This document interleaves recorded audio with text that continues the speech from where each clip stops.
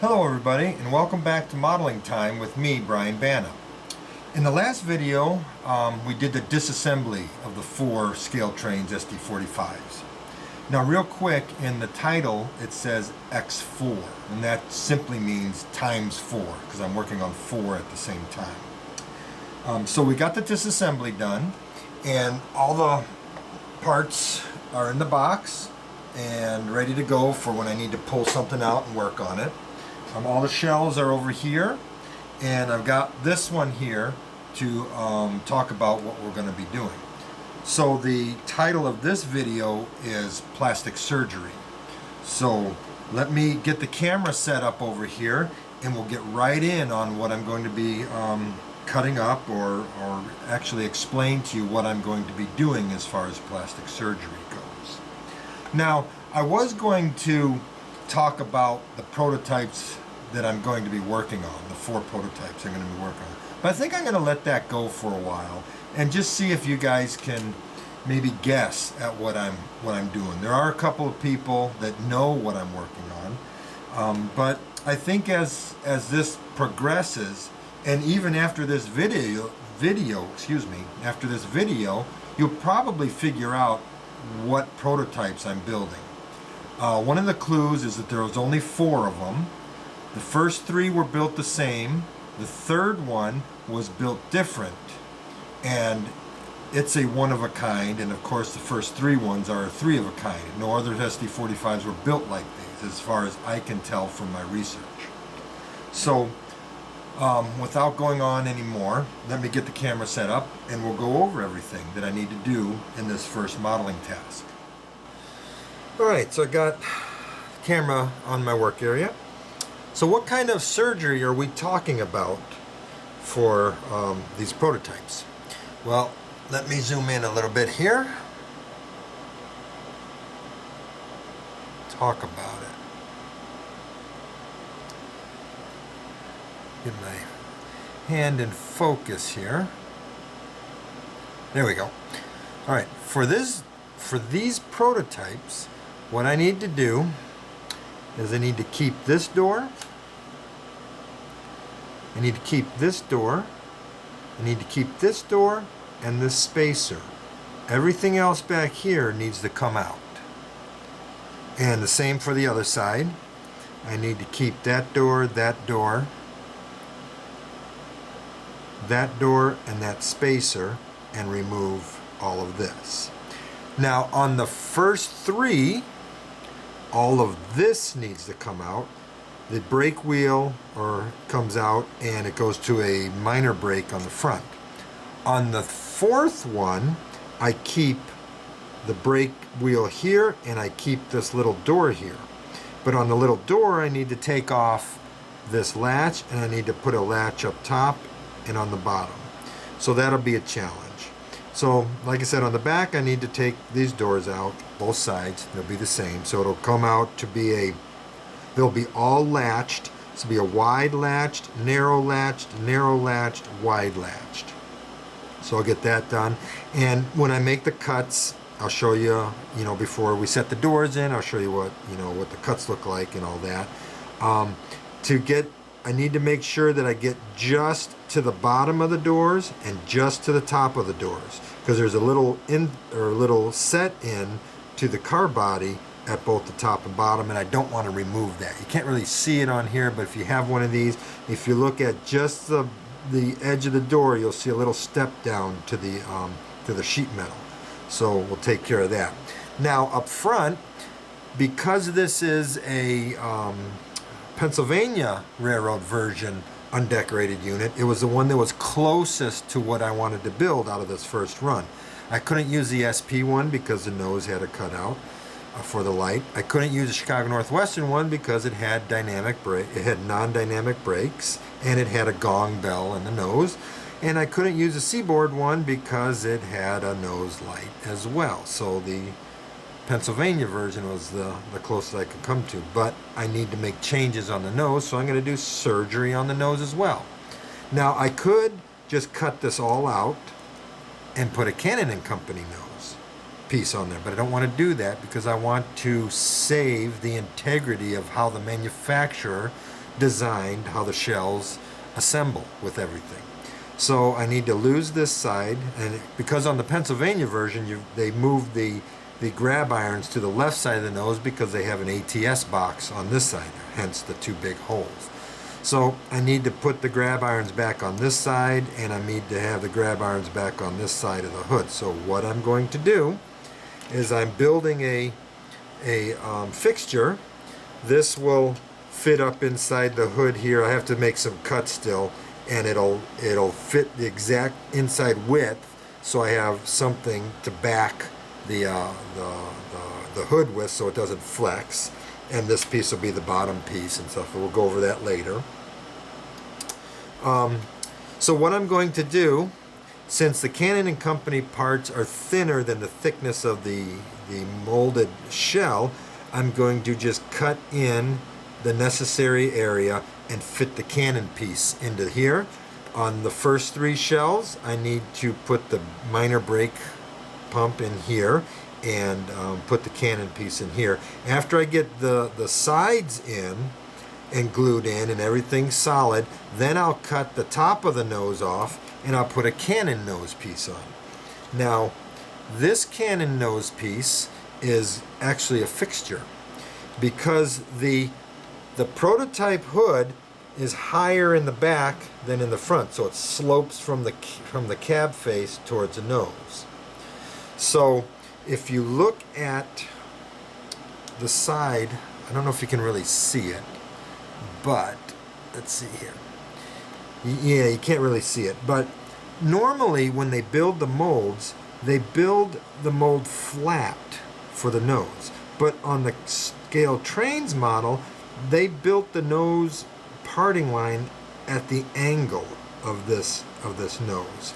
On the Canon and Company part, if you have one of these and you look up close, you'll notice that this end is taller than this end. So this end, as you're coming from the face of the nose back, it starts to go vertical a little bit as you get back here. So you got the rollover of the side, the radius of the side, and then it'll go to the vertical.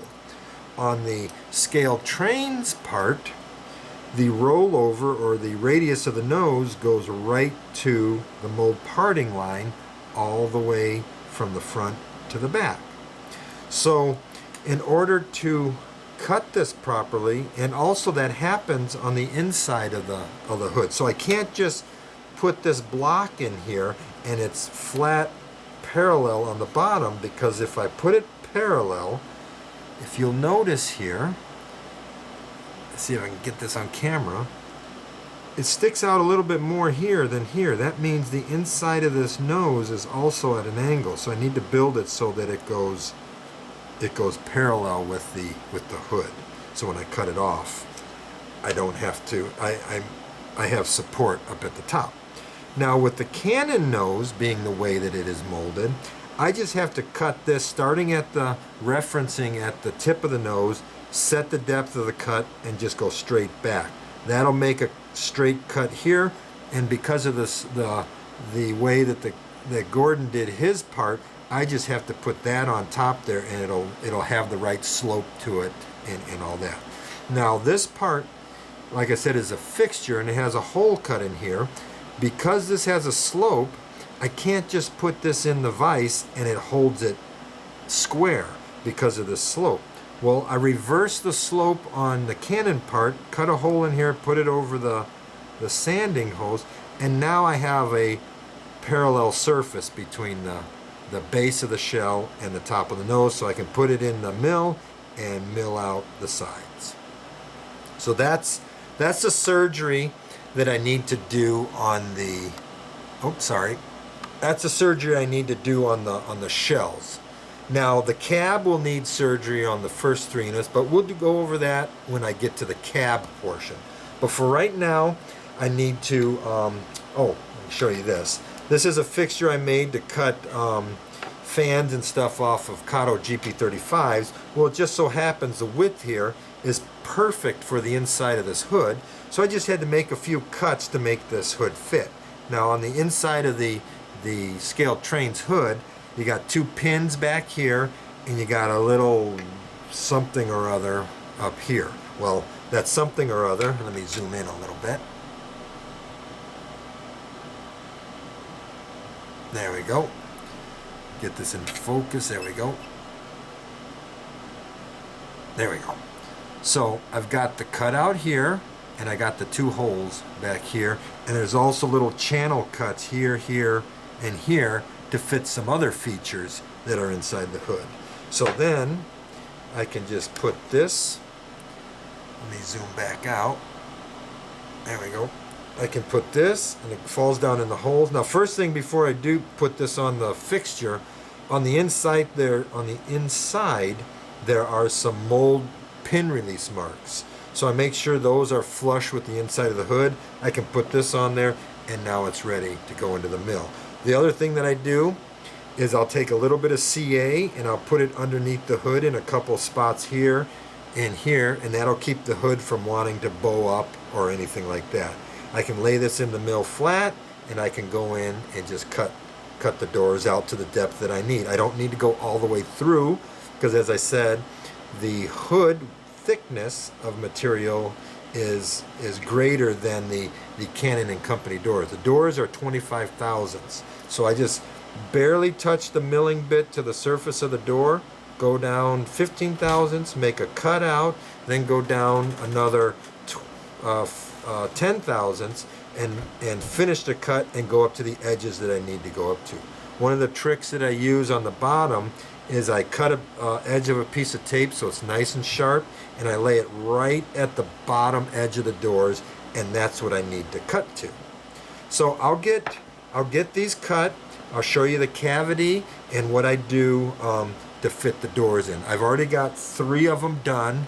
This was the 4th one. I wanted to basically go over what the surgery was going to be, and when I get to the certain steps on it, I'll bring it back, show you what's going on, show you the cuts and the assembly of the doors and all that stuff. So that is basically what I need to do for the surgery of the shell. I wish it was different. I wish I didn't have to cut the nose up and stuff like that, but it's all part of modeling.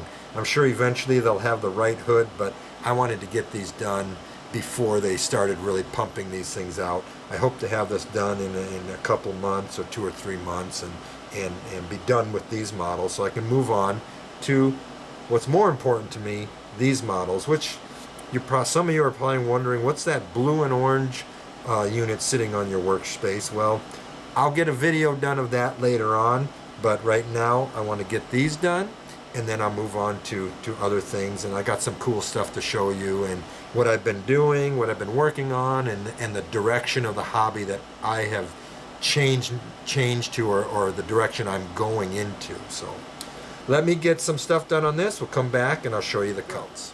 Well, I've got the doors cut out of the shells. This was the last one to do. I had already done the first 3, and I wanted to show the last one before I assembled everything. So here you can see the cavity cutout. It's 25 thousandths deep, and I squared up the corners using a small chisel blade because I used a 42 thousandths milling bit to cut all of this out. I went down 15 thousandths first, and then another 10 thousandths after I cleaned out or rough cut the inside, and then went up to the edges. So that left a 21 thousandths radius in each corner. So I used a chisel blade. Let's see, I used this one, and I just went in and cut the corners square. So that takes care of the radiator doors, and I'll show you a finished one here in just a second. But I wanted to explain something. There's always a reason for why I do things, not just because. Okay, so here's some Canon doors. You got a wide door, a narrow door, a narrow door, and a wide door. Now in the prototype, these doors would be butted against each other. And I'll show you that in a minute on the other side. I have some doors stuck in. But on the model, it's not going to look good. So, here's the doors. They're all butted up against each other.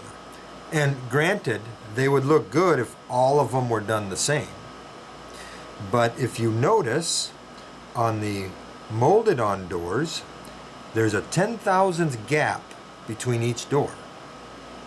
And that's, from what I'm guessing at, is a delineation between each door, because if they put them all together, you would have one solid door that wouldn't look good. I understand what they're doing, and it's fine with me. But if you're gonna do this against that, it's not gonna look good at all, because it's not gonna look the same. It's not gonna be homogeneous all the way down. So what I've done, and this is a finished one, I've got 10,000 strip styrene, 10 by 20 strip styrene between each door. So now when this is all painted, all of this is going to look uniform all the way down. You won't be looking at this and they go, wait a second, why are those together and those aren't? Well, I did it so that it looks right for the model, not necessarily for the prototype. Another thing I did, when you put these aren't glued in yet, the radiator grills, but when you put them in, there's a noticeable gap above the door, between the door and the radiator grills. So what I've done is I take a piece of 10 by 20 styrene and I glue it straight across the top of the doors and such. You have to use CA to do that. After that all sets up, I come back in with a sharp milling bit and I cut it down to about 5/1000ths thick, and I set it in so that the top of the doors stick out a little bit more than the strip that's going across. So it'll recess like what you see between the doors. So you'll have that delineation there and at the top and at the bottom. So right now I've got, you know, hood sides that generally will look pretty much the same once it's all painted. Now, like I said on this side, so here you see, of course, the doors in. They're just sit. I have to put the strips between them, but they set in real nice. They're really firm, you know, tight in between the top and the bottom, and so they're all latched. So let me pull these out.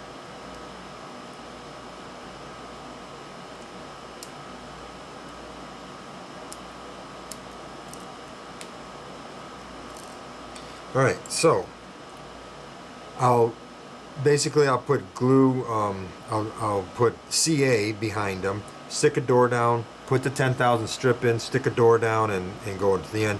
But I won't stick the end door down because I have to do the filler piece like you see in here, these filler pieces like this and this. So I have to do that, and I have to do that before I put the last door in. Now the other thing that I need to do is, I mentioned before, let me see if I can zoom in here, that door latch, I'm trying to decide if I just want to live with it and say screw it, I don't care because it looks nice the way it is, or do I want to do it like the prototype.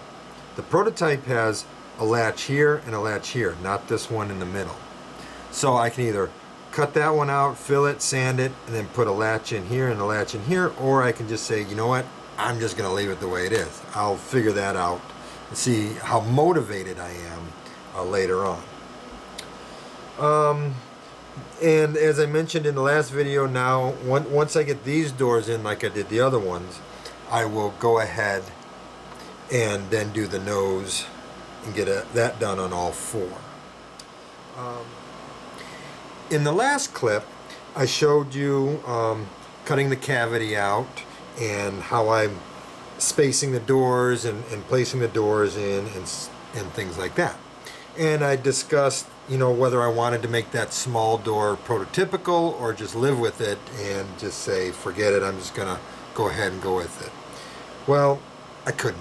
So I did do the door latches. So let me zoom in here.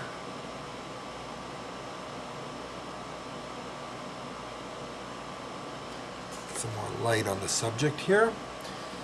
Let's see, get the camera moved up here. There we go. All right, so I got the door latches in. What I did is I took a Canon and Company door. I did have some of the old rail flyer latches that I could have maybe cut a hole in and such and sunk them in. But then of course I'm thinking, you know, why not try cutting a Canon and Company door? Because one edge is straight and the latches are the appropriate distance off the edge of the leading edge of the door. And if I cut the door, the width of the door in one piece and then cut it in half and splice it, everything will line up. So that's what I did. So I cut this half of the door off. I measured the distance from the strip to the door, the molded on door. Then I took a Canon door, marked it, cut it, you know, the first piece, glued it in, and then measured and cut the second piece, glued it in.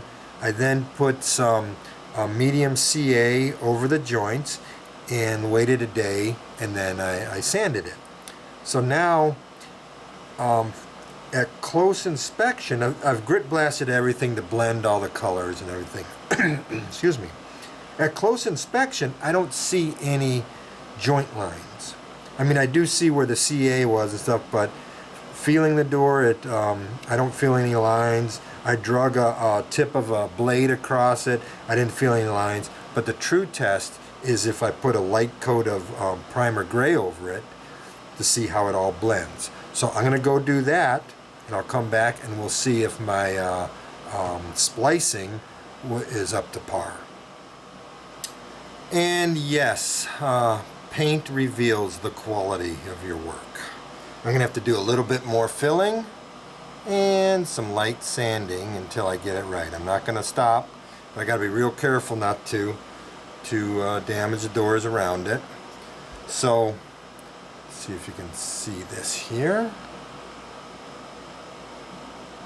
There we go.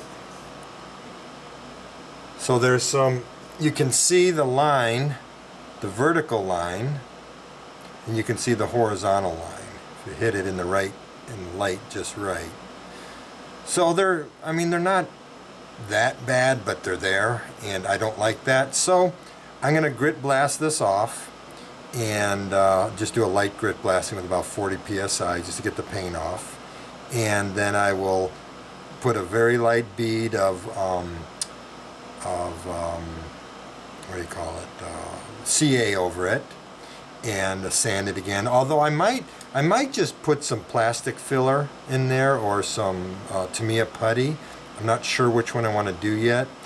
So I'll make that decision, and I'll keep doing it. I'll put the filler in, I'll lightly sand it, do a light coat of paint over it just to make sure you don't see it, and if it's good to go, I'm done. No more joint lines, I'm done. So I'll get that all done. We'll come back and we'll see what my work looks like, and hopefully I won't destroy these latches, and we can call this finished.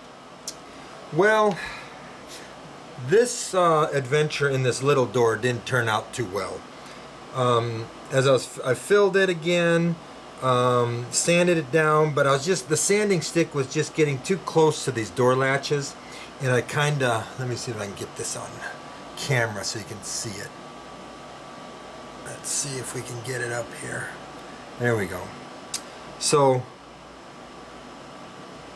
these door latches, when I was sanding, I sanded the door latch plate down so there's no plate at the inside edges here. This line turned out okay. This one not so good. So in the camera it looks okay. When there was paint on it you could see it, but I was trying to sand it more and it just kept getting worse and worse. I'm like, crap, I gotta redo that. So I'm going to redo it. And what I'll do is I will cut the cavity out completely for this door, and I'll build a new door from Canon parts. Now what I'll do with the Canon parts, thankfully I have some doors that are original Gordon Cannon castings, so they're not translucent on the edges, and they're really good, clean up real easy. This set of doors is not a Gordon Cannon casting, and they're a bit translucent on the edges, but that's okay, I'll still be able to use them. For the blank doors, I'll use the blank doors to get the hinges. For the latch doors, of course, I'll use them for the latches. Now what I'm going to do is I'm going to build these doors in 4 parts. So the first thing I'm going to do, oh, real quick, the nice thing about these doors and this door is these doors are the same width. So I don't have to do anything about or worry about a width. I can work with that. So what I'm going to do is I'm going to measure the height of this door. So I'll cut this all out first. Actually, no, I'm not going to cut it out first. I'm going to build the door first, then I'll cut this out. So I'll measure from the bottom of the door to the top of the door, and I will cut 2 pieces out of one of these doors so that the top will be half and then the bottom will be half, because the latches are in the correct locations. And then I'll glue this whole door back together for the height, to get the height of the door. On the hinge side, I'll use one of these, and I'll cut the door up to its appropriate distance from the hinge at the bottom, and I'll cut the door at the top to get it the appropriate distance from the hinge. Then I will cut this door in half, and I will make these pieces the same size as these pieces, and I'll glue it all together. So I'll have 2 doors that are this wide, one with the latches close together like they're supposed to be, and one with the hinges where they're supposed to be. Then what I'll do is I'll cut those doors vertically. So I'll cut them in half vertically so that there'll be 1/2 with the hinges and 1/2 with the latches, and I'll glue those together. And hopefully, because this is good glue-friendly plastic, when I glue them together, I'll squeeze them really tight and get just a little bit of plastic to ooze up out of the joint. Let that cure, sand it all back, and I shouldn't have to do any filling. So cross your fingers, and hopefully I can get that done properly. All right, so moving along with the door construction, the hinge door, I've got the hinges, I'm sorry, not the hinge door, the latch door. I've got the hinges cut off so they're flush with the door edge. And I put this in the mill, and I just barely trimmed the top edge and the bottom edge just to get them square. So this door is ready for cutting. Now on the blank door that I need the hinges, what I've done is I have, let me get my little pointer out, is I've scribed a line here and here. And that'll be the top and the bottom of the door, and we'll put the top and the bottom of the door in the right distance off of the hinge. Now I got that, I just measured the scale trains model to figure out where that edge needs to be. So I'm going to go trim that off, and I'll trim that off. Then I can cut these doors in half, both doors in half, and I will line up all the sides that I need to keep. That'll be the top edge and the bottom edge. And so this is a true edge on the latch door. So, and then I'll have the true edge of the hinge door lined up with that. I'll put all 4 pieces together, and they'll go in the mill, upside down like that. I'll measure up on the door half the distance of what the door height needs to be, and I'll mill it across, and then all 4 pieces, when put together, should make up the right height of the door. Then I can cut the doors vertically. Alright, so the doors are now ready to be cut. So the height of this door is 0.264, so half of that is 0.132. Zoom in here. I've got the doors all glued together. They're tacked on the end. Let's see. So I've got the doors all glued together. They're tacked on this end that will be cut off. And I don't know if you can see it, but there's a line that I scribed right there all the way across. That's 0.164 from this edge to the halfway mark. So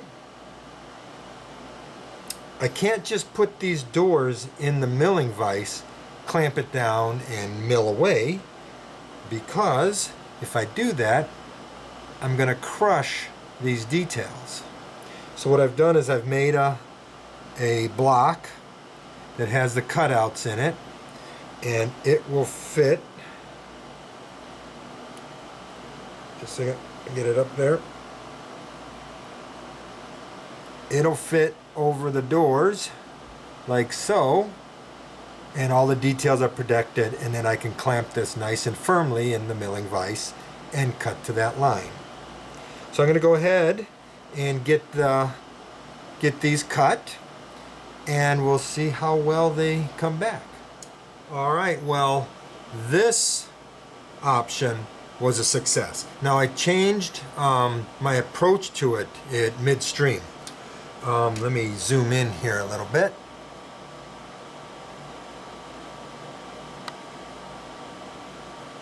Now, like I said, I cut the Canon Doors and spliced them back together so that the height was correct. And I made two pieces. I made one with the hinges on it, like I showed you before. Let's see if I can get some good light on this. So this is, let me get tweezers out here so I can hold it. So this is the piece with the hinges on it, and it's the full size of what the door needs to be. But I didn't use this piece. What I decided to do is, after I made the piece with the latches on it, I was thinking, well, you know what? Why don't I give it a try? Whoops, sorry. Why don't I give it a try and cut some hinges out and see if I can splice them into the door? And that worked. If it didn't work, then I could go to this option and cut this down and all that. So here's what it looks like right now. And I think that looks pretty good. There's no joint lines. Everything's hidden. When I glued the door halves together, I squeezed them really tight and oozed out a little bit of plastic, so it created the plastic filler for the joint. And I let that dry so the plastic was really, really hard again. And then I just cleaned it up and sanded it down. I then cut the notches and implanted some hinges in there. So this is all done now. Okay, so that takes care of plastic surgery part 1. There's going to be 4 parts to the plastic surgery. So I've got the shells with all of the doors done in the back. Here's the other 3. So I've got the doors done on these as well, and they're ready to move on to the next stage, which is part 2, and that is to work on the noses. And I need to still build this fixture, and you'll see the fixture all done and ready to go in the beginning of part 2. So I hope you enjoyed that portion of the model build, and I'll move on to part 2 and just keep plugging away. Once I get all the plastic surgery done, then it's just build the model, and this will go really fast. So I'm going to take a short break. I got a couple of freight cars that are on my bench being weathered. I just want to get those done, and then I'll come back and start working on the noses. Thanks for watching. I appreciate it.